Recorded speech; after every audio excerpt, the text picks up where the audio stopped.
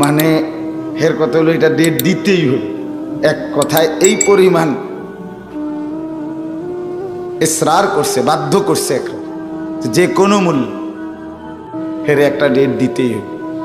আমার ঘনিষ্ঠ বন্ধু, একসাথে আমরা ময়নামতি ক্যান্টনমেন্ট এলাকায় থাকি, চলি, দিনই কাজে একসাথেই থাকি। এই কারণে আমার ভাষা তো আসছে আমার সাথে, নিরুপায় আলহামদুলিল্লাহ। এই জন্য আমার বাড়িতে, গ্রামের বাড়িতে ইসলাহি মাহফিল ছিল, তো ওইটা আমি পিছাইয়া দিয়া এরপরে নার্স মিলায়। তো বলতেছি এখন ওনারে আমি বললাম যে গড়ির দিকে তাকায়া যে আমি 7টা-8টা পর্যন্ত ইনশাআল্লাহ বয়ান করব বলছি। এখন তাহলে এই যে আমি একটা সময়ের কি ধরলাম, হিসাব করলাম, টার্গেট ধরলাম, তাহলে এই যে সময়কে হয় তুমি কাটো, কাইটা কাইটা ভাগ করো, আর নাই তো সময় তোমাকে কাটতে কাটতে মানে তোমার উপর থেকে পার হতে হতে চলে যাবে। 1 সেকেন্ডের জন্য সময় থামবে না। থামবে কি বলেন? এই জন্য ইমাম শাফি রহমতুল্লাহ এটা বলছে, হয় তুমি সময়কে কাটো, নয়তো সময় তোমাকে কাটবে, তোমাকে কেটে কেটে চলে যাবে, পার হয়ে যাবে।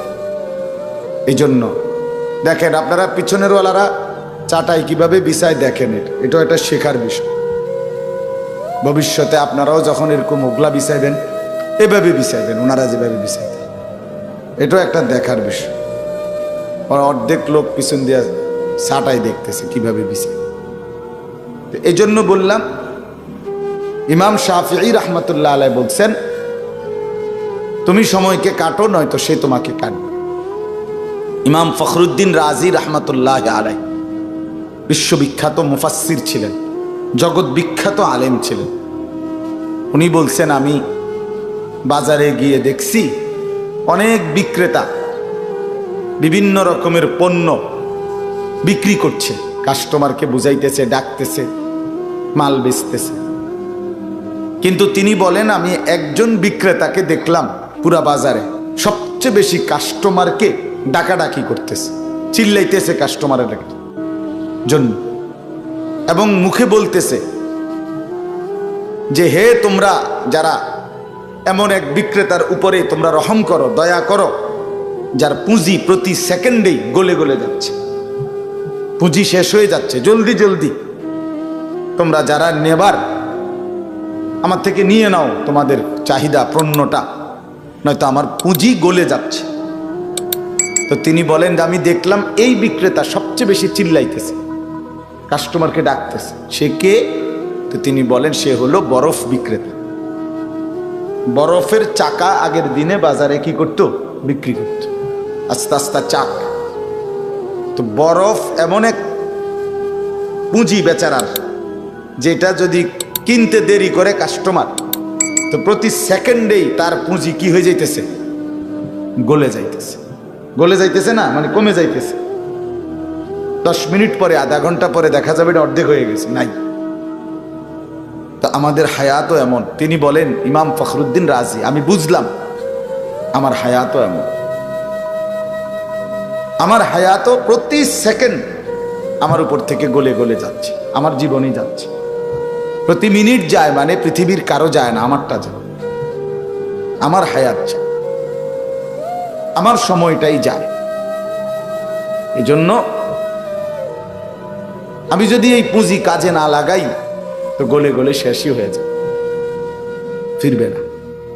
এই জন্য দোস্ত আমার, বন্ধু আমার, বাপ আমার, এই কথাটুকু বুঝা জীবনের সবচেয়ে বড় সার্থক। ইমাম শাফি রহমতুল্লাহ যে বলছে, একটু আগে বললাম, ওনার শুরুতে আমরা পড়ছি, উনি বলছেন আমি আমার পুরা জীবন আউলিয়া, বুজুর্গ, নেককারদের সংস্পর্শে থেকে এই একটা কথাই বুঝছি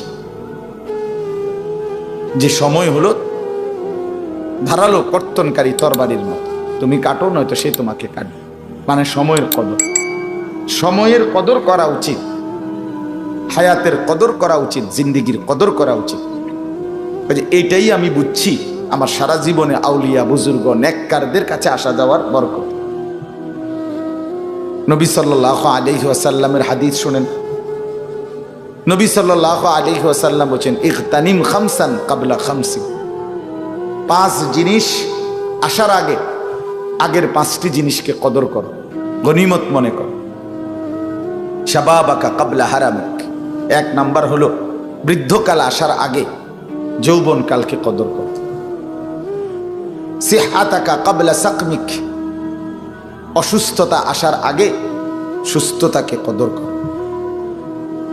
ফারাগাকা ক্বাবলা শুগলিক, ব্যস্ততা আসার আগে অবসর সময়টাকে কদর করো।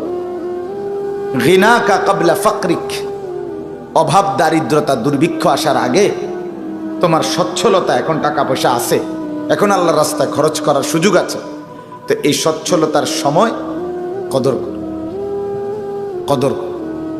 হায়াতাকা ক্বাবলা মাউতিক, এই ছেলে, এই তুমি কি একটু আগে বাংলা বুঝো নাই না? তর্জমা করতাম, বাংলাটার ব্যাখ্যা করতাম নি? কও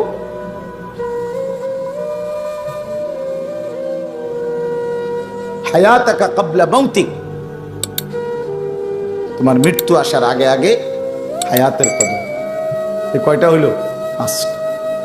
বৃদ্ধ আসার আগে যৌবনকে কদর করো, ব্যস্ততা আসার আগে অবসরকে কদর করো, অসুস্থতা আসার আগে সুস্থতাকে কদর করো, দারিদ্রতা আসার আগে ধনাঢ্যতাকে, সম্পদ আছে এখন এখন দান করো, আর মৃত্যু আসার আগে আগে হায়াতকে দান কদর করো। নবীজি সাল্লাল্লাহু আলাইহি ওয়াসাল্লাম বলছেন, নবী সাল্লাল্লাহু আলাইহি ওয়াসাল্লাম বলছে, লা তাজুলু কাদামা ইবনে আদম ইয়াউমাল কিয়ামাতি হাত্তা ইউসআলা আন খামসি। নবী সাল্লাল্লাহু আলাইহি ওয়াসাল্লাম বলেন, কিয়ামতের দিন কোন মানুষের কদম মিন ইনদি রাব্বিহি, তার রবের কাছ থেকে কিয়ামতের দিন 5টি প্রশ্নের উত্তর না দিয়ে 1 কদম আগে বাড়তে পারবে না। প্রথমত 5টি প্রশ্নের জবাব দিতে হবে। আন উমরিহি ফিমা আফনাহু, প্রথম প্রশ্নের উত্তর দিতে হবে আল্লাহর নিকটে, বান্দা তুমি তোমার হায়াত পুরা জীবনটা কোথায় ব্যয় করেছো। ওয়া আন শাবাবিহি ফিমা আবলাহু, আবার আলাদা আবার উত্তর দিতে হবে শুধু যৌবন কালটা, হায়াতের 15 বছর থেকে 40 বছর, এই 25 বছর কোথায় ব্যয় করেছো। ও আন মালিহি, সম্পদের ব্যাপারে, টাকা পয়সা উপার্জন, আয় রোজগার, এটার ব্যাপারে উত্তর দিতে হবে 2 প্রশ্নের। মিন আইনা ইকতাসাবা ওয়া ফিমা আনফাকা, প্রতিটি টাকা কোত্থেকে উপার্জন করেছো, কিভাবে, আর প্রতিটি টাকা কোথায় ব্যয় করেছো। এই 4টা। ওয়া মাদা আমিলা ফিমা আলিমা, যা যা জ্ঞান অর্জন করেছিলে, কোরআন সুন্নাহর কথা, শরীয়তের বিধান, কোনটা কোনটা আমল করেছো, কদ্দুর আমল করছো, বলো। এই হায়াতের কদর। আপনাকে প্রশ্নের উত্তর দিতেই হবে বাপ, প্রশ্নের উত্তর দিতেই হবে।